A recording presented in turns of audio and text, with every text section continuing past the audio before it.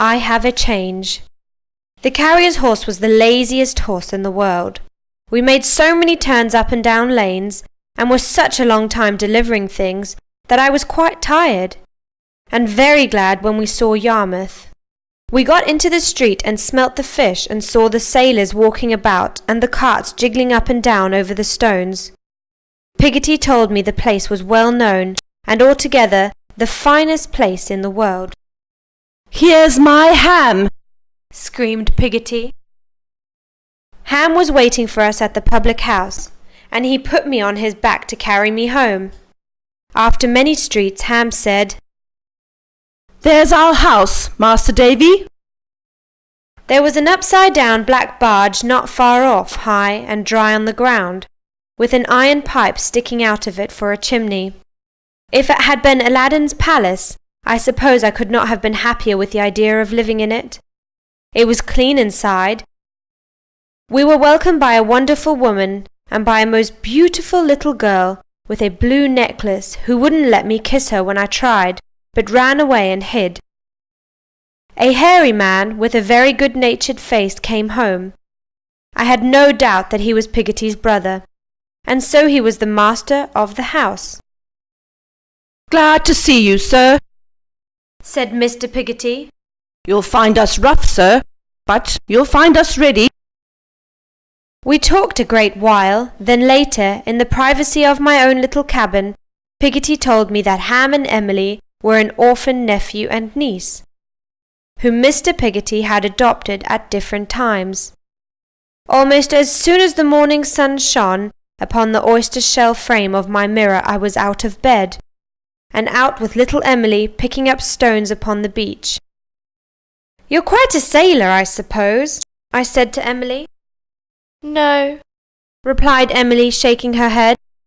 "I'm afraid of the sea." "Ah, but it's cruel," said Emily. "I have seen it very cruel to some of our men. I have seen it tear a boat as big as our house all to pieces." "I hope it wasn't the boat that father drowned in," said Emily. "No, not that one. I never saw that boat." "Nor him?" I asked her. Little Emily shook her head. "Not to remember." Here was a coincidence. I explained how I had never seen my own father. "Besides," said Emily, as she looked about for shells and pebbles, "your father was a gentleman, and your mother is a lady, and my father was a fisherman, and my mother was a fisherman's daughter, and my Uncle Dan is a fisherman." "Dan is Mr. Piggotty, is he?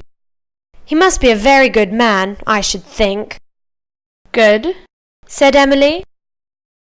"If I was ever to be a lady, I'd give him a sky-blue coat and a box of money." We strolled a long way and loaded ourselves with things that we thought curious, and put some starfish on the beach carefully back into the sea, and then went home to Mr. Piggotty's house made of a boat. We went in to breakfast glowing with health and pleasure. "Like two young mavishes," Mr. Piggotty said. I knew this meant in our local dialect, like two young birds. Of course, I really was in love with little Emily. So the fortnight slipped away. At last the day came for going home. If ever in my life I have had an empty place made in my heart, I had one that day. When we got home, it was a strange servant opening the door.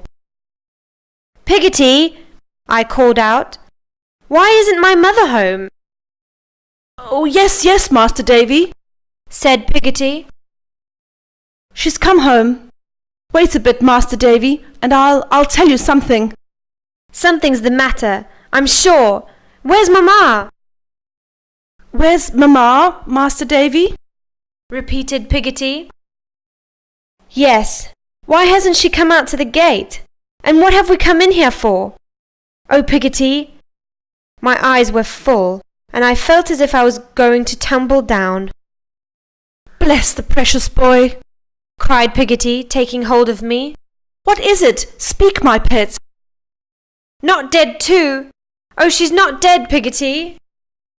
Piggotty cried out. "No!" with a surprisingly loud voice, and then sat down and began to pant. You see, dear, I should have told you before now, said Piggotty. But I hadn't a chance. I should have made time, but I couldn't bring myself to it. Go on, Piggotty, said I, more frightened than before. Master Davy, said Piggotty, what do you think? You have got a pa. I trembled and turned white. Piggotty gasped, and putting out her hand, said, Come and see him. I don't want to see him, I said. And your mamma, said Piggotty. We went straight to the best parlour, where she left me. On one side of the fire sat my mother, on the other Mr. Murdstone. My mother dropped her work and got up. Now, Clara, my dear, said Mr. Murdstone, remember, control yourself. Always control yourself. I gave him my hand. After a moment, I went and kissed my mother. She kissed me, patted me gently on the shoulder, and sat down again to her work. I could not look at her. I could not look at him. As soon as I could creep away, I went upstairs. My old dear bedroom was changed, and I was to lay a long way off. I rambled downstairs to find anything that was like itself, so changed it all seemed, and wandered into the yard.